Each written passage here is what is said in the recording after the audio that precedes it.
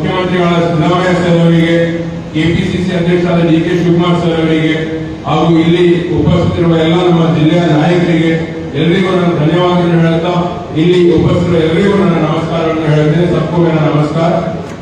ಇವಾಗ ಸಾಕಷ್ಟು ಸಮಯ ಆಗಿದೆ. ತಾವೆಲ್ಲರೂ 11 ಗಂಟೆಗೆ ನೀವು ಬಂದಿದ್ದೀರಿ. ಅದಕ್ಕೆ ನೀವು 4 ತಾಸು ಆದ್ಮೇಲೂ ತಾವೆಲ್ಲರೂ ಇಲ್ಲಿ ಕೂತಿದ್ದೀರಿ ಅಂತಂದ್ರೆ ಅರ್ಥ ಏನು ಅಂತಂದ್ರೆ 100% ನಮಗೆ ಬಸವ ಕಲ್ಯಾಣ ಬೀದರ್ ಜಿಲ್ಲೆಯಲ್ಲಿ ಕಾಂಗ್ರೆಸ್ ಪಕ್ಷ ಗೆದ್ದೇ ಗೆಲ್ಲುತ್ತೆ ಅಂತ ಒಂದು ವಿಶ್ವಾಸ ಇದೆ. ಯಾಕಂತಂದ್ರೆ ಯಾವುದೇ ಕಾರ್ಯಕ್ರಮದಲ್ಲಿ ನಾನು ನೋಡ್ತೀನಿ ಒಂದ್ 2 ತಾಸು ಆದ್ಮೇಲೆ 100 ಜನ ಹೋಗಕ್ಕೆ ಸ್ಟಾರ್ಟ್ ಮಾಡ್ತಾರೆ. ಯಾಕಂತಂದ್ರೆ ಅದು ಸಹಜ, ಲೇಟ್ ಆಗ್ತಾ ಇರುತ್ತೆ, ಮಧ್ಯಾಹ್ನ ಸಮಯ ಇದೆ, ಎಲ್ಲರಿಗೂ ಹಸುವಾಗಿರ್ತವೆ. ಆದ್ರೂ ಕೂಡ ತಾವೆಲ್ಲರೂ ಕಾಂಗ್ರೆಸ್ ಪಕ್ಷದ ಕಾಂಗ್ರೆಸ್ ಪಕ್ಷದ ಅಭ್ಯರ್ಥಿ ನನಗೆ ಹಾಗೂ ನಮ್ಮ ಚುನಾವಣೆಗೋಸ್ಕರ ತಾವೆಲ್ಲರೂ ಬಂದಿದ್ದೀರಿ. ಬಹಳ ಸಂತೋಷ ಆಗ್ತಿದೆ. 100% ನಾಳೆ ದಿವಸ ಕೂಡ ನೀವು 4 ತಾಸು ನಮ್ಗೆ ನೀವು ಟೈಮ್ ಕೊಟ್ಟಿದ್ದೀರಿ. ನಾಳೆ ದಿವಸ ನನಗೆ 24 ತಾಸು ನನಗೆ ಟೈಮ್ ಕೊಡ್ತೀರಿ ಅಂತ ನನಗೆ ಹೇಳಿ ಭರವಸೆ ಕೊಡ್ತೀನಿ. ಇವಾಗ ಕಾಂಗ್ರೆಸ್ ಪಕ್ಷ ವತಿಯಿಂದ ಏನ್ ಅಭಿವೃದ್ಧಿ ಆಗ್ತಾರೆ ಅನ್ನೋದು ನಮ್ಮ ಕಣ್ಮುಂದೆ ಇದೆ. ಆದ್ರೆ ನಾವು ವಿಚಾರ ಮಾಡಬೇಕಾಗುತ್ತೆ. 10 ವರ್ಷ ಭಗವಂತ ಖೂಬಾ ಸರ್ ಅವರು ಅವರಿಗೆ ಟೈಮ್ ಸಿಕ್ಕಿದೆ. इस 10 साल में कितने बार खूबा साहब ने बसों कल्याण को आया, कितने बार आपके गांव को आया, कितने बार आपको पंचायत को आया, कितने अनुदान लेकर आया. अब सभी लोग सोचना चाहिए क्योंकि 5 साल लोग केंद्र सचिव थे. इस 5 साल में उनको सबसे ज्यादा शक्ति, सबसे ज्यादा अधिकार इस 5 साल नहीं था. इस 5 साल में उन्होंने काम नहीं किया तो अगले 5 साल में करेंगे क्या काम? नहीं. अभी अनएम्प्लॉयमेंट है, निरुद्योग ಇದೆ ಎಲ್ಲ ಕಡೆ. ಯುವಕರು ದಿವಸ 20-25 ಜನ ಬಂದು ಜಾಬ್ ಕೇಳ್ತಾರೆ. ಕೇಂದ್ರ ಸಚಿವರಾಗಿ ಜಾಬ್ ಕೊಡಬೇಕಾಗಿತ್ತಲ್ವಾ? ಯಾವ್ದಾದ್ರು ಒಂದು ಐಟಿ कंपनी, फैक्ट्री, कुछ तो करना था युवा के लिए. कुछ भी नहीं किए. तो उनको क्या लगता है 2 चुनावों में दूसरे के नाम के ऊपर में जीत कर आया, इस चुनाव में भी दूसरे के नाम के ऊपर ही जीत कर आऊंगा.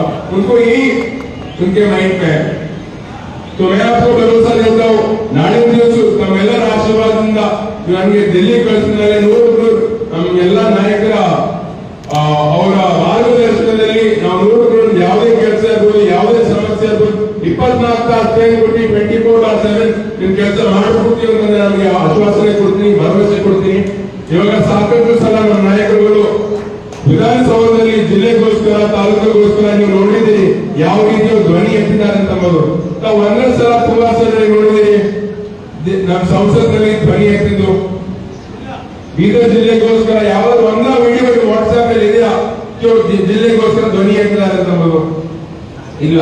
ಅದಕ್ಕೆ ಈ ಸಲ ನಾವು ಏನ್ ಮಾಡ್ಬೇಕಾಗತ್ತೆ, ನಾವೆಲ್ಲರೂ ಕೂಡಿ ಒಗ್ಗಟ್ಟಾಗಿ ನಮ್ಮ ಕಾಂಗ್ರೆಸ್ ಪಕ್ಷಕ್ಕೋಸ್ಕರ ನಾವೆಲ್ಲರೂ ಕೂಡಿ ಒಳ್ಳೆ ರೀತಿಯಲ್ಲಿ ಕೆಲಸ ಮಾಡಿ ನಾವು ಎಲ್ಲರೂ ಬೂತ್ ಮೇಲೆ ನಾವು ಬೂತ್ ಗೆದ್ರೆ ಮಾತ್ರ ನಾವು ಚುನಾವಣೆ ಗೆಲ್ತೀವಿ.